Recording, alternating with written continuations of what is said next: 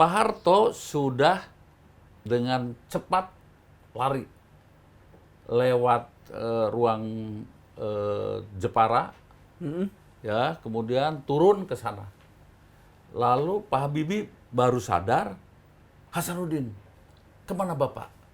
Ke belah sana Pak. Dikejar kami, sudah naik ke kendaraan dan kemudian pergi. Mulai saat itulah Pak Habibie tidak pernah dan tidak bisa ketemu lagi dengan Pak Harto. Malam-malam itu menyampaikan, Hasanuddin, hati-hati, siap, ada apa? Jenderal, begini, Pak Habibie mau diracun.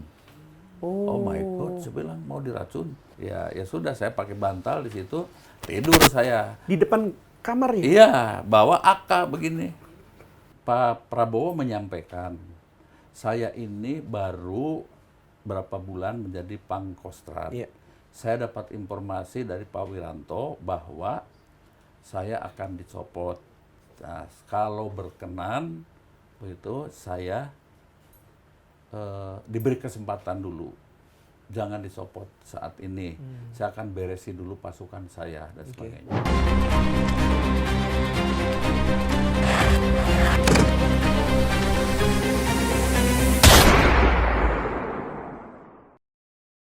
Halo sahabat Kompas.com, selamat datang di Brigade Podcast. Kembali lagi bersama saya Fabian Januari Squado, dan tamu Brigade Podcast kali ini adalah bisa dibilang pelaku sejarah. Pelaku sejarah di era Indonesia pada saat mengalami krisis, bisa dibilang krisis politik, krisis sosial, ekonomi, juga krisis kepemimpinan pada saat itu. Selamat siang, Mayor Jenderal T.B. Hasanuddin. Ya, selamat siang. Apa kabar? Assalamualaikum warahmatullahi wabarakatuh. Waalaikumsalam. Makasih ya Kang ya, kita sudah diberikan waktu di sini. Alhamdulillah sehat. Alhamdulillah. Kang TB sekarang menjadi politikus ya di Senayan ya Kang ya. Kira-kira begitu ya. Nah, jadi dari militer lalu bergerak ke politik. Itu, tapi yang saya mau tanya itu pada saat Kang TB masih berdinas di TNI gitu. Ya. Waktu itu ada salah satu masa tugas Kang TB yaitu sebagai ajudan wakil presiden. Ya. Pada saat itu ceritanya seperti apa sih? Ya. Seorang militer lalu jadi ajudan wakil presiden. Saya ini punya pengalaman yang khas. Oke. Ya. Ketika Pak Harto jatuh, Pak Habibie naik, saya ada di titik api itulah, kalau mau disebut titik api. Pusat gempanya di situ. Pusat gempanya itulah ya. Kemudian Pak Habibie turun, Gus Dur naik, saya ada di situ juga ya sebagai ajudan. Kemudian ketika Gus Dur turun, ya, kemudian Ibu Mega naik, itu saya ada di situ sebagai ya istilahnya pemegang keamanan di Jakarta. Saya sebagai Kepala Staf Garnisun Ibu Kota. Oke, ya.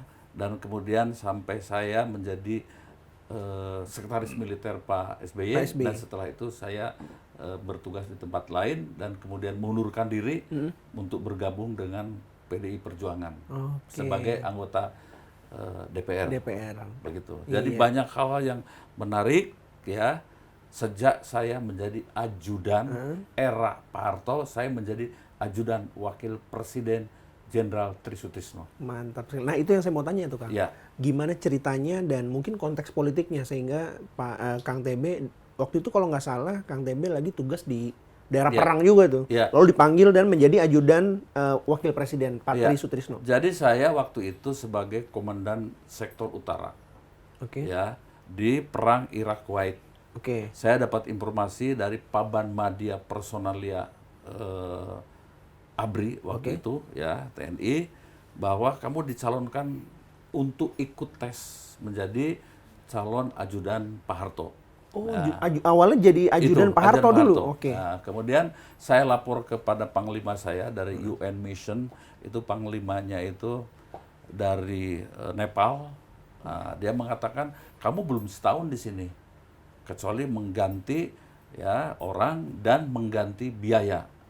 Ya saya tidak mungkin ketika laporan ke Mabes ABRI, sudah kamu lanjutkan saja dan nanti untuk ajudan Pak Harto nanti dicarikan saja di sini di Indonesia. begitu. Ketika saya kembali, setelah selesai, saya ke Kodam, ya, dan kemudian dari situ, ya, Panglimanya waktu itu Pak Wiranto. Oke. Ya. Berarti udah 97 98 berarti ya? Iya, Atau? masih sebelumnya. Oh, masih sebelumnya. 97 98 itu sudah Panglima ABRI Pak Pangap, Wiranto. iya. Ini masih Pangdam. Oke. Masih Pangdam beliau, ya. Loh, kamu kok tidak ikut tes menjadi ajudan? Siap, saya tidak bisa, tidak dapat izin dari Panglima UN. Nah, begitu. Ya udah, kamu masuk dan kembali saya ke kesatuan di Kostrad. Ya. Nah, setelah itu tiba-tiba saya ada surat perintah lagi untuk ikut tes menjadi ajudan wakil presiden. Pak Tri Sutrisno. Begitu. Ya sudah, saya mengikuti prosedur, kemudian menjadi ajudan Pak Tri. Nah, itu beberapa bulan menjelang pemilu. Oke. Ya, kemudian setelah itu pemilu, Bapak Presiden Pak Harto naik lagi. Iya. Ya, itu bulan Maret dan itu 98 ya kalau tidak salah. Iya. Maret 98. Setelah itu ya saya menjadi ajudan, ya, Pak Tri Sutrisno diganti oleh Pak Habibie. Iya. Saya menjadi ajudan Pak Habibie. Nah, Jadi masuknya pada era Pak Tri. dan kemudian masuk pada era Pak Tri turun, Iya. saya diminta untuk menjadi ajudan lagi Pak Habibie. Habibie, oke. Ya, kemudian berjalan, ya, ada sebuah krisis di luar dan sebagainya. Saya monitor itu, ya, bahkan ya ikut di dalamnya. Misalnya saja, kan ada banyak demo dan pembakaran di Jakarta. Oke, ini eskalasi sudah meningkat di Jakarta. Eskalasi sudah meningkat. Pak Harto waktu itu sedang ke Mesir. Oke, Ya. ini sebelum dia benar-benar pulang dan turun akhirnya. Ya, kan? Oke. itu. Beliau masih jadi presiden. Iya. Turun, saya kontak-kontak jam berapa, konon Pak Harto akan memajukan kunjungannya. Oke. Ya, kemudian saya dapat informasi itu kan sudah banyak pembakaran di jalan-jalan itu. Pak Harto turunnya itu sekitar jam 4:30 pagi subuh Oke. di Halim Perdana Kusuma. Iya. Ya, kemudian dari situ saya mengusulkan, mohon izin Pak Wapres, kita mungkin menjemput biasanya. Ya udah, kita menjemput, begitu. Dari sana, dari Mesir, saya dapat informasi dari salah satu ajudan mengatakan, sudah tidak usah dijemput. Pak Habibie enggak, terus saja jemput, begitu. Ketika Pak Harto turun dari tangga pesawat, Iya. biasanya kan salaman dulu tuh, Iya. tata upacaranya lah Iya. kalau gitu ya, atau kelayakannya, kebiasaannya. Iya. Pak Harto langsung menuju ke mobilnya Oh, tanpa salaman, tanpa salaman. tanpa menyalami Pak Habibie. Iya.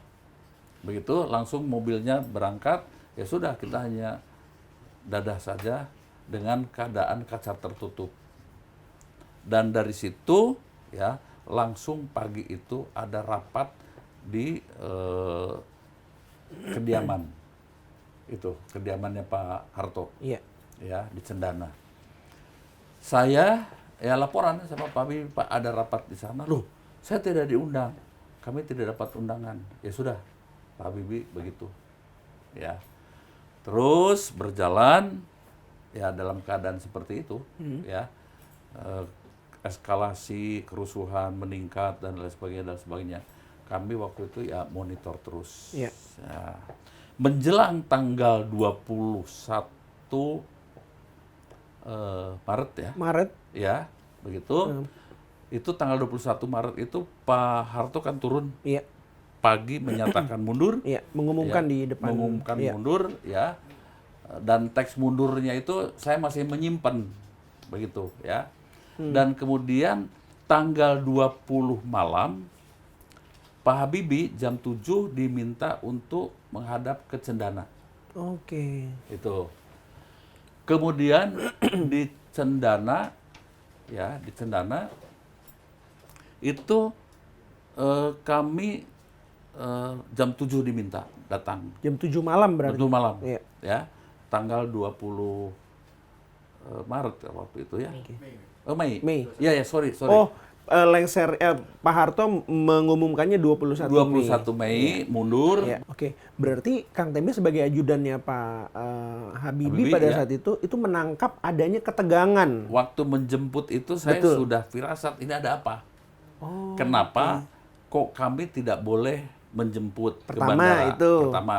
Yang kedua kok tidak turun tidak salaman. Gitu ya, tidak salaman. Dan kemudian ya kembali beliau Pak Presiden dan saya dapat informasi bahwa ada rapat di Cendana. Tapi Pak Wapres tidak diikutkan. Sebelum lanjut Kang, saya mau tanya dulu soal apa respons Pak Habibie pada saat di tengah ketegangan itu. Ya, beliau cuma diam saja. Tapi saya sudah paham diamnya beliau seperti rada kecewa lah. Begitu ya. Biasanya kan ceria. Hai, begitu ya. Kalau ngobrol ini kok diam saja, ya sudah begitu. Lebih kecewa lagi ketika saya laporin bahwa ada rapat di Cendanan dan Bapak tidak tercantum di dalam daftar undangan. Itu rapat tentang apa, Kang? Saya tidak tahu. Tapi mungkin berbicara rapat perkembangan ya situasi terakhir di Jakarta. Itu. Nah terus setelah setelah peristiwa itu apa yang terjadi, Kang? Ya, kemudian ada eskalasi dan seterusnya, ya sampai tanggal 20 Mei. Ya, Pak Habibie diundang ke Cendana jam 7 malam. Saya menjadi ajudan yang mendampingi. Sampai di sana itu jam 7, kemudian kami nyimpen tas. Saya duduk di ruangan ajudan, kemudian Pak Habibie masuk ya ke ruangan, kemudian Pak Harto masuk dan berbicara kira-kira setengah jam. Begitu. Di perjalanan waktu kembali Pak Habibie ke Patra, ke kediaman, begitu beliau menanyakan, Hasanuddin, menurut aturan kalau presiden mundur atau berhalangan tetap, siapa yang naik? Mohon izin Bapak Wapres, setahu saya wakil presiden yang naik. Begitu. Itu di mobil tuh momen di mobil. Itu. Nah, begitu turun saya lihat Pak Habibie tidak seceria itu. Ya. Kemudian masuk ya kira-kira setengah jam kemudian, ya sekitar jam 8, setengah 9, saya ditelepon oleh ajudan. Ya. Telepon oleh ajudan Pak Harto. Nah, ini menarik, tapi sebelum itu saya mau tanya lagi nih. Soal fragmen peristiwa itu. Ketika Pak Habibie bertanya ke Kang TB, kalau misalnya presiden itu meletakkan jabatan gitu ya, lalu siapa yang akan menggantikan? Apa yang Kang TB pikirkan pada saat itu? Yang saya pikirkan begini, kalau saya di situ kan tidak terlalu berpikiran panjang.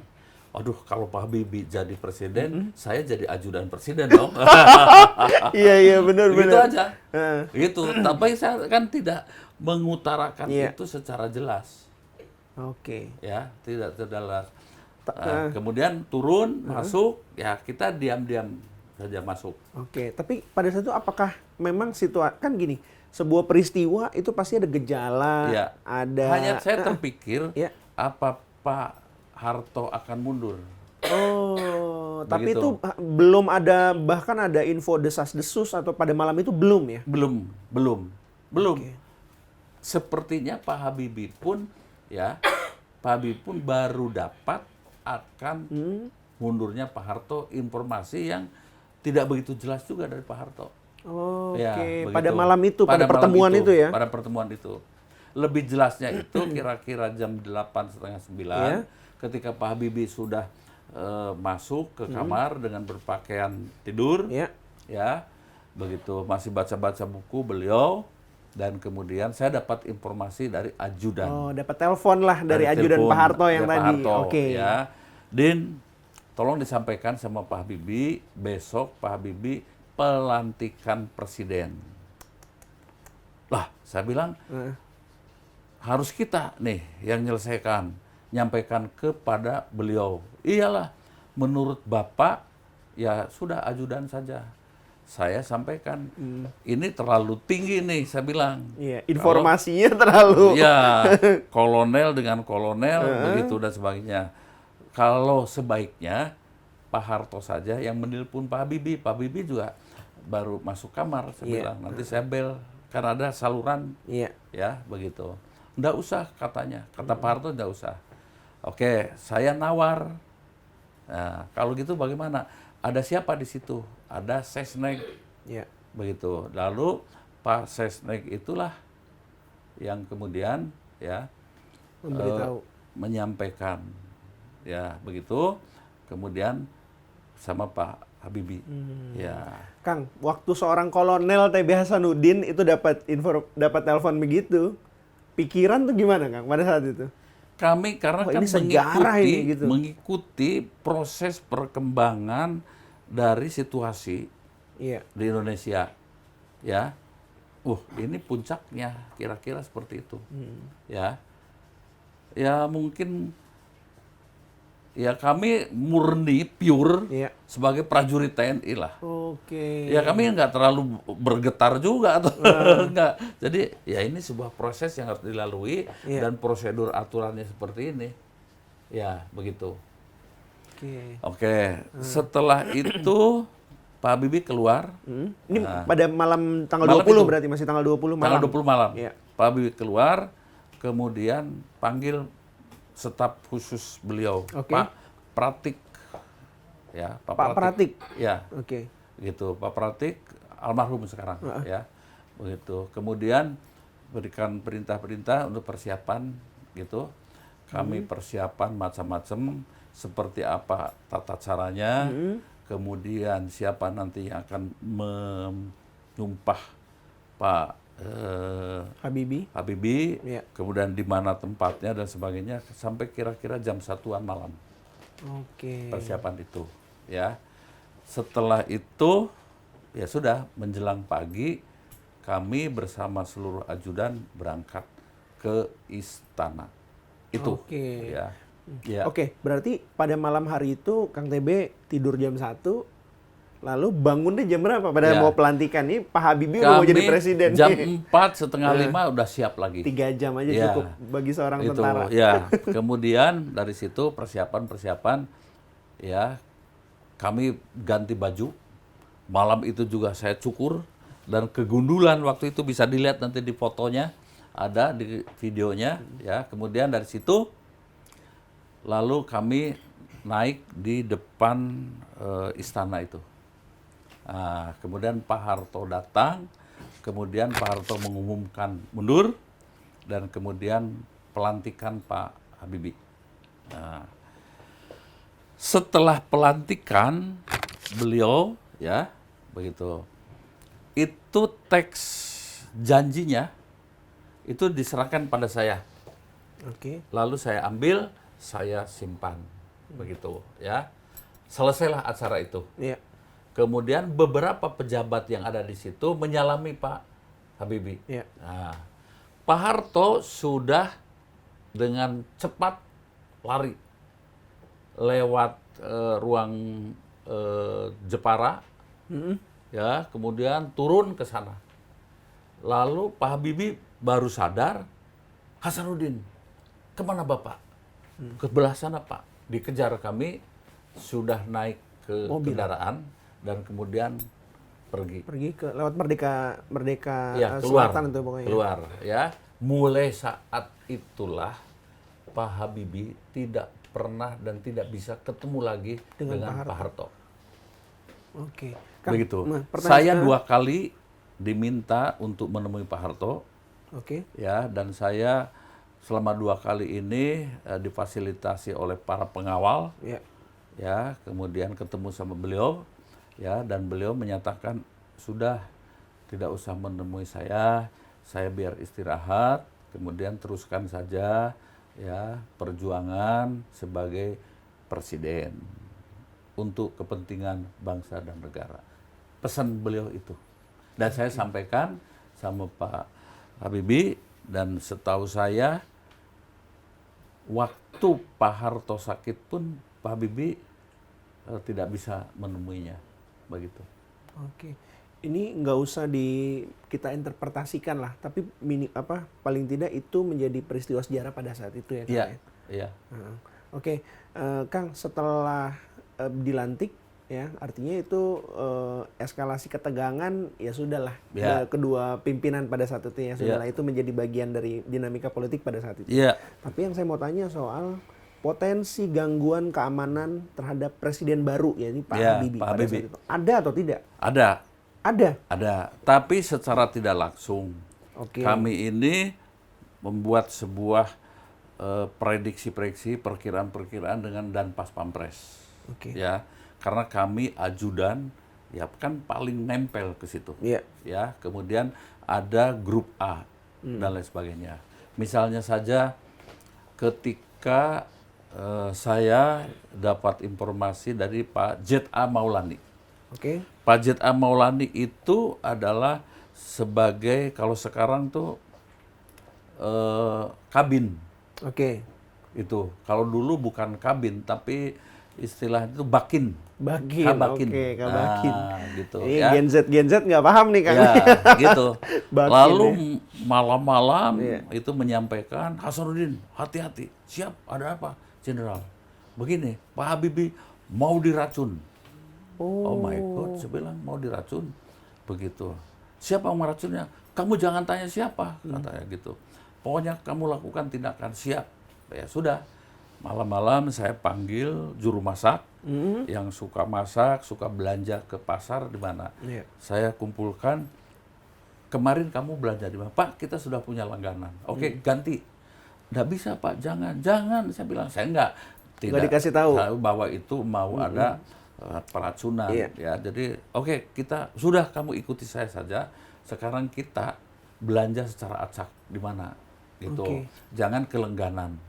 Satu. Lalu masak di situ, saya minta diawasi yang masak, jangan ada orang masuk, dan bawaan ya bahan-bahan masakan dibawa dengan dikawal begitu. Ya sudah, Oke. karena Pak Habibie kan biasanya hanya makan yang dimasak oleh keluarga di dapur. Oke. Artinya di bawah pengawasan Ibu Ainun. Oke. Begitu ya. Ya sudah, saya juga sudah lapor ke Pas Pampres dan ada food security. Ya, tapi saya kan punya rasa tanggung jawab. Betul. Ya, ketika makan sarapan di situ, saya lihat, perhatiin ini airnya masih tertutup, Iya. ya. Kemudian juga rotinya memang masih terbungkus dan lain sebagainya, sampai dan lain sebagainya. Tapi ketika makan di istana itu kan diantar dari dapur. Betul. Ya sudah, saya cicipi dulu sedikit. Oh, cicipi Ya sedikit. habis saya lihat kucing tidak ada di situ. Kamu Iya. kasihkan kucing juga, kucingnya nggak ada. Ya sudah, saya cicipi juga. Mudah-mudahan aja saya tidak keracunan. Nah, Saya bilang iya, gitu. makanya. Ya. Berarti benar-benar perisai hidup itu. Ya perisai hidup, mau bagaimana? Ajudan fungsinya kan juga begitu. Iya. Ya, sebelum Pas Pampres ada di situ ya ajudan yang harus memang bertanggung jawab. Oke. Apa sih makanannya, Kang, pada saat itu? Ingat Biasa aja ada nasi, Pak Iya. Habibie itu ikan, kemudian sayur, ya sambal, kerupuk, begitulah. Ikan tuh selalu menjadi menu wajibnya Pak Habibie, kan? Habibie ya, Ikan ya? ikan. Ya. Pantesan pinter ya, Kang, beliau ya, Kang? Ya, katanya makan ikan itu membuat kita Pintar. lebih cerdas. Oke. Gitu. Nah, itu Ya. lanjut ke soal potensi gangguan keamanan kepada presiden baru jadi, pada saat itu. setelah itu ya suatu saat, Iya. nah saya dapat informasi, nah itu malam-malam lagi nih, dapat informasi Oke. bahwa ada pasukan liar. Pasukan liar. Iya, begitu, pasukan liar. Sehingga atas perintah para senior, ya itu putra-putri itu dijemput supaya ngumpul di istana. Oke. Ya sudah, ya dijemput putra-putri Pak Habibie itu dijemput, dikumpulkan di istana, ya, dan mendapatkan pengawalan lebih khusus. Iya. Ya, walaupun putra-putri Pak Habibie, ya putranya ngapain saya kan nggak ikut-ikutan politik. Begitu ya. Dan kemudian ya sudahlah, diantar sajalah. Ya udah, selesai. Malamnya masih terus ada pasukan khusus. Wah, begitu. Ini setelah pasukan liar ada pasukan khusus. Iya, khusus liar lagi. Khusus liar. Ya, khusus liar malam hari. Ya, gitu. Mendekat ke Istana. Patra. Kediaman berarti. Di kediaman. Oke. Begitu ya. Dan kemudian dari situ saya kan koordinasi, Iya. sudah dilaksanakan koordinasi. Tetapi saya jadi ragu, mau tidur, nggak bisa tidur. Khawatir ya. Khawatir jangan-jangan nanti benar ada pasukan liar. Oke. Gitu. Ya sudah, ini pintu Pak Habibie untuk Pintu kamarnya. pintu kamar. Ya saya buka tikar. Oke. Ya sudah, saya pakai bantal di situ, tidur saya. Di depan kamarnya. Iya, bawa AK begini. Begitu. Maksud saya kalau ada pasukan liar paling tidak ngelangkahi saya dulu lah ya. Oh gitu, sampai gelar. Tapi Pak Habibie tahu nggak? Ajudannya Pertamanya tidak tahu, pertamanya. pas dibuka pintu, ini kok nggak bisa dibuka full nih kata dia. Pas malam-malam dibuka, kan itu rada gelap. Ini siapa? Begitu. Iya. Hasanuddin, Pak. Kenapa tidur di sini? Nah, saya bilang, Pak, di kamar saya kedinginan. Nah, saya bilang begitu. Ya, oh ya. Ya udah, kau tidur di sini. Justru itu Pak, dingin, saya bilang gitu. Saya tidak bicara bahwa ada pasukan liar. Tapi waktu menuju ke kantor, dia bilang, kamu bisa tidur di situ. Bisa Pak, gitu. Saya kan ngawal Bapak. Ada apa? Saya ceritakan, ada informasi pasukan liar, begitu. Terus bagaimana? Selesai Pak, bisa diatasi. Cuman saya berjaga-jaga saja. Oke. Begitu. Kang, dalam konteks pasukan liar khusus tadi itu, Iya. itu kok bisa muncul? Itu mereka dari mana? Kalau saya boleh tanya nih ya, itu dia Saya dari pun mana? tidak tahu. Karena yang melaporkan kembali lagi itu Kabakin ya. Oke. Ya, saya percaya beliau itu kan kepala Badan Koordinasi Intelijen. Pasti banyak masukan dan sebagainya. Ya, saya percaya saja bahwa dari mana dan sebagainya, begitu ya. Ya saya telan mentah saja bahwa memang akan ada yang harus saya ambil tindakan, ya kesiapsiagaan. Kenapa Pak Habibie jadi sasaran pada saat itu? Pak Habibie jadi sasaran. Iya, artinya mulai dari racun, disasar oleh, sebut aja itu pasukan liar tadi. Ya, ya mungkin karena beliau sebagai pengganti Pak Harto ya, begitu. Kesininya ujung-ujungnya ya mungkin ada hubungannya juga dengan tuntutan Pak Habibie itu juga bagian dari Orde Baru. Ada itu, ya. Apakah ini link up dengan isu-isu itu? Nyatanya kan isu mau di racun, isu mau ada pasukan liar dan sebagainya. Dalam kenyataannya saya tidak menemukan apa-apa. Oke, itu barangnya nggak ada itu. Tidak ada. Ya alhamdulillah Alhamdulillah nggak tidak ada. Iya. Begitu. Bisa saja isu itu dikembangkan, kemudian para aparat intelijen khawatir, tidak mau ambil risiko, ya sudah sampaikan Kasih saja tahu dulu. kepada ajudan begitu ya. Oke. Selain keracunan meracun ya, Ya. ancaman Ya. meracun sama pasukan liar, apalagi Kang yang waktu Selama itu ini ya, kalau misalnya di jalan dihadang, sedang demo, Pak Habibie lewat, ya sudah. Ya kadang-kadang ketika berdekatan ya hanya kasih dadah, selesai. Oke. Atau ya sudah demi keamanan saya minta lambung dan sebagainya. Oke. Ya. Oke. Selama saya mendampingi Pak Habibie itu ya memang menarik sekali. Beliau itu sangat mencintai Ibu Ainun. Iya. Itu ya. Iya. Saya benar-benar kagum sama beliau. Ya, sama beliau itu. Ibu Ainun itu seorang yang soleha ya. hampir tiap hari. Itu Jumat itu beliau ngaji. Sampai nanti berakhir ya 30 juz itu di Jumat lagi. Oke. Begitu. Bahkan kalau beliau lagi treadmill, Iya. karena beliau ada sakit jantung dan dianjurkan untuk treadmill, jalan begitu, Iya. ya masih tetap saja beliau sambil baca ya. Al-Quran. Begitu ya. Oke. Kemudian sarapan pagi itu ibu yang membuat. Dari tangan Ibu Dari Ainun tangan sendiri. ibu. Sampai dengan menyeduh kopi, Iya. susu, coklat, dan minuman-minuman yang diminta oleh Pak Habibie setiap pagi. Iya. Begitu ya. Ada hal yang mengesankan ketika saya sudah mengacarakan pada suatu hari, Iya. Pak Habibie hari itu bertemu dengan ada pejabat dari Amerika, begitu. Dan kemudian juga didampingi oleh duta besar Amerika di istana. Itu direncanakan jam 10. Ya. Jam setengah 10 saya sudah warning kepada Pak Habibie, Pak, sebentar lagi itu ada tamu yang harus Bapak temuin, begitu.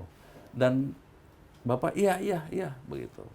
Beliau selesai renang karena tiap pagi harus renang. Iya. Ya, kemudian ya udah berpakaian tergesa-gesa lalu naik ke mobil. Kita sedang konvoy, ya kira-kira mungkin baru 200 meter dari kediaman, Hasanuddin kembali. Pak, mohon izin, tamu sudah menunggu di sana, kita telat. Enggak apa-apa, kembali saja. Kembali lagi ke kediaman, sampai di sana masuk, hanya mengambil kopi, minum kopi. Iya. Diminum dan sebagainya, selesai. Habis itu, ayo kita kembali ke istana. Ya, saya kan komplain, Pak, kenapa Bapak tidak merintahkan membuat kopi di istana? Iya. Kita siap.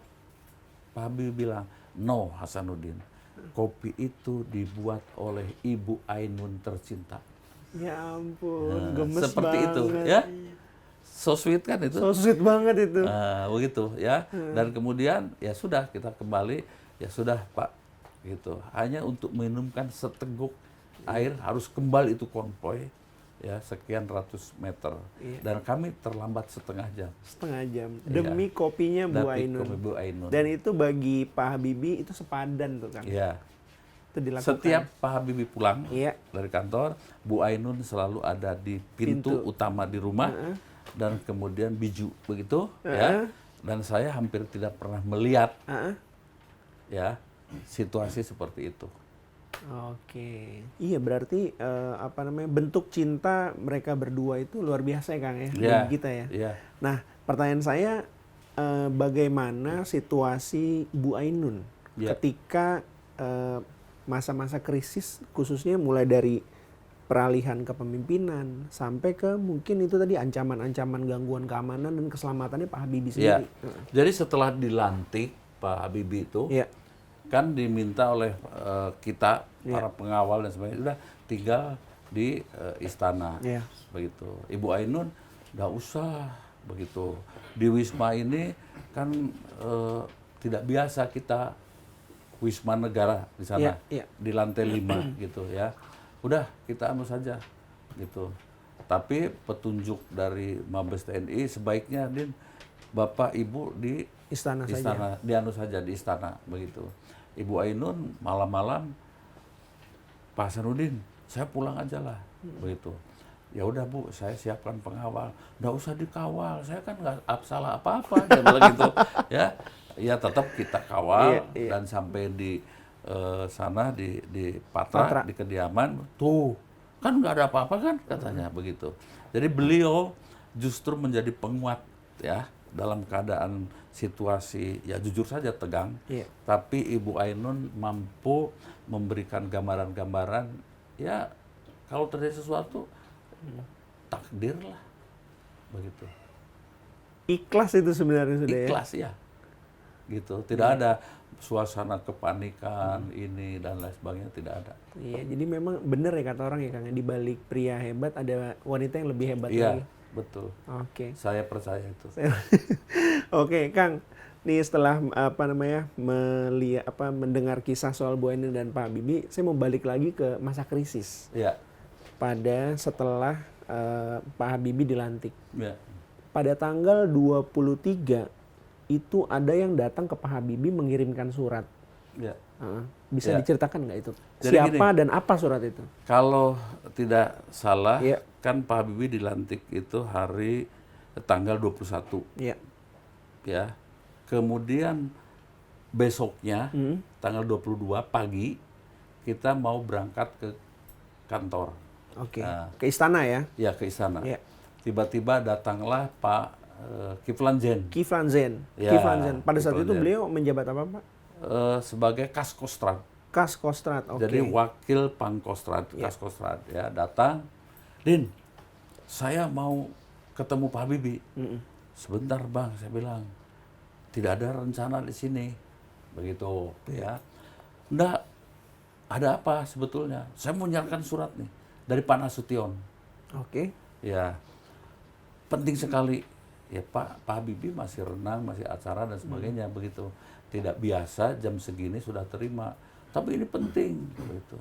Ya saya bukan menghalangi, tapi ini aturannya, Bang. Ya udah, saya tunggu. Sudah. Saya ambil suratnya itu, ya. Kemudian saya serahkan Pak Habibie. Pak, mohon izin ada surat. Ini sedang renang nih Pak Habibie. Ada surat dari Pak Nasution. Oh ya? Ya, gitu. Ya sudah. Begitu. Saya menemui lagi Pak Kiflan Zen, itu bagaimana perintahnya? Begitu, ya. Suratnya soal apa? Ya harus dibaca Pak Habibie. Begitu. Ya tunggulah, saya bilang gitu. Pak Lalu, Kiflan berarti di ruang tamu. di atas pangkatnya di atas Pak. Saya kolonel, beliau mayor jenderal. Oke. Iya, beliau angkatan 71. Iya. Ya. Dulu menjadi pengasuh saya Oke. waktu saya taruna di Akmil. Iya, agak-agak repot juga tuh Kang ya menghandle senior Ya, ya pada menghandle senior Oke. begitu. Dan pakai baju dinas kan. Iya. Saya pakai baju dinas juga, Iya. ya begitu. Bagaimanapun juga ada hierarki, Iya. ya. Lalu saya balik lagi ke kamar Pak Habibie, Pak, ini katanya urgent, ya. Ya udah buka, begitu. Ya sudah saya baca dari Pak Nasution untuk Pak Habibie. Iya. Nah, begitu. Saya baca sekilas intinya Pak Nasution itu meminta itu Pak Kasad itu Bapak Kasad saat itu ya itu untuk didorong menjadi Panglima ABRI. Masih Oke. Panglima ABRI. Menggantikan Pak Wiranto. Menggantikan Pak Wiranto ya. Kemudian ya saya baca gitu. Cuman saya loh kok tulisannya rapih sekali. Begitu.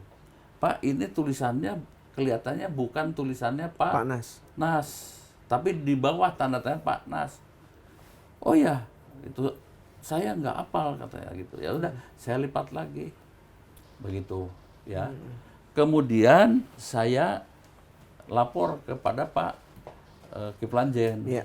Sudah saya sampaikan gitu. Cuman Bang, saya tanya, ini tulisannya kok bagus? Tulisan siapa? Iya, saya yang nulis. Oke. Begitu, ya. Kemudian dari situ, ya, kalau yang nulis Abang, tapi tanda tangan siapa yang ini? Ya kelihatannya didikte. Oh, oke. Begitu, ya. Didikte, kemudian ditandatangan Pak Nas setuju. Begitu kira-kira. Iya. Dan sampai di situ saya tidak tahu seperti apa keputusannya. Kan Pak Habibie ngobrol dengan Pak Wiranto. Iya. Sehingga itu surat dari Panas itu tidak dilaksanakan. Oke. Gitu ya. Ya itu dinamika pada saat itu Dan ya pada Kang. saat itu. Kang, salah satu momen yang paling mungkin krusial juga pada saat itu, yakni ketika Pak Habibie itu mendapatkan atau menerima tamu Ya. dari Pak Prabowo. Ya. Nah, itu kapan terjadi dan bagaimana tuh ceritanya? Itu pagi saya menerima Pak Kiflan Zen di kediaman. Oke, itu 22 pagi. Ya. Oke. Sesudah itu kami ke istana. Oke. Oke. Itu saya ingat masih hari Jumat. Ya. Selesai sholat Jumat di Masjid Baitur Rahim di belakang Iya, di itu. belakang, iya. Ya. Kemudian Pak Habibie naik, saya siapkan makan siang begitu. Kemudian saya tungguin. Pak Habibie makan siang, selesai makan siang, kemudian saya turun dari lantai 5 ke lantai 3 untuk makan siang. Saya pamit. Ya udah kamu makan dulu. Saya turun ke lantai 3, makan siang di sana. Waktu saya makan siang, saya diinformasikan oleh ajudan saya, ya, Pak, mohon izin, ada Pak Prabowo mau menghadap Pak Habibie. Oke. Saya tanya, loh, silakan saja. Oh, tidak boleh. Loh, siapa yang melarang? Pak Sintong, gitu. Pak Prabowo pada saat itu menjabat sebagai Pangkostrat ya. Pangkostrat. Iya. Sementara Pak Sintong pada saat itu menjabat sebagai Menjadi staf ahli BPPT. Oke. Ya. Kenapa Pak Sintong melarang Pak Prabowo Saya menghadap? tidak tahu. Oke. Saya tidak tahu. Ya. Ya sudah. Kemudian setelah makan, saya naik ke atas. Sampai di atas, begitu. Ibu Ainun menyampaikan ke saya, Pak Hasanuddin, tadi ada Pak Prabowo. Gitu. Oh, sudah menghadap? Tidak boleh sama Pak Sintong. Begitu. Selalu saya tanya ke Pak Habibie, Pak, Bapak tidak menerima Pak Prabowo? Iya. Begitu. Kenapa? Ya, saran dari Pak Sintong. Begitu, Pak, sebaiknya menurut hemat saya diterima saja. Kan Bapak selalu bicara sama saya bahwa Pak Prabowo itu sudah seperti anak angkat Bapak. Oke, sekarang di mana? Begitu. Ya, saya cari. Oke. Nah, lalu dari situ turunlah saya ke lantai bawah di Wisma Negara. Oke, di lantai bawah ada Pak Prabowo sedang berdiri dengan dan Pas Pampres Pak Endartono. Lalu saya hormat, Bang, siap sama saya. Gitu. Nah, begitu. Akhirnya menghadap. Lalu saya naik ya ke lantai 5. Begitu kami keluar ya dari lift, begitu Pak Sintong seperti kaget. Nah, ya saya Ketemu terus lagi saja nih, ya. Masuk ke dalam, ya sudah. Di dalam saya tunggu di pojok ada kursi. Ya, kemudian Pak Habibie dengan Pak Prabowo bertemu, ya, salaman, saling pelukan, kemudian duduk. Begitu. Dari situ lalu Pak Prabowo menyampaikan, saya ini baru berapa bulan menjadi Pangkostrat. Saya dapat informasi dari Pak Wiranto bahwa saya akan dicopot. Nah, kalau berkenan, begitu saya diberi kesempatan dulu. Jangan dicopot saat ini. Saya akan beresin dulu pasukan saya dan sebagainya. Dan itulah yang disampaikan ke Prabowo itu. Pak Habibie pada saat itu. Ya, itu Pak Habibie. Kemudian ya nanti saya diskusikan dengan Panglima. Panglima ABRI maksudnya, ya dengan Pak Wiranto begitu. Lalu Pak Habibie juga menawarkan, yuk bagaimana kalau misalnya berkenan tidak misalnya jadi duta besar di Amerika. Pak Prabowo mengatakan mungkin saya belum siap, begitu ya, begitu. Jadi hanya itu saja. Setelah itu ya saya lah yang menyampaikan, Pak, waktunya habis. Oh, udah selesai, pelukan lagi keluar. Oke. Ya. Kemudian turun, kami antar ke bawah. Ya sudah, beliau kembali. Pergi, Itu. Kang, pertanyaan saya yang terakhir nih, Kang. Iya. Sebenarnya pada momen-momen itu seperti apa hubungan Pak Habibie dengan Pak Prabowo? Baik. Ya, baik. Baik-baik saja. Ya. Dan Pak Habibie selalu itu bahwa kamu harus belajar seperti Prabowo, hebat dia.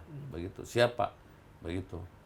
Jadi seperti itulah Pak Habibie ya memang seperti ke anak angkatnya.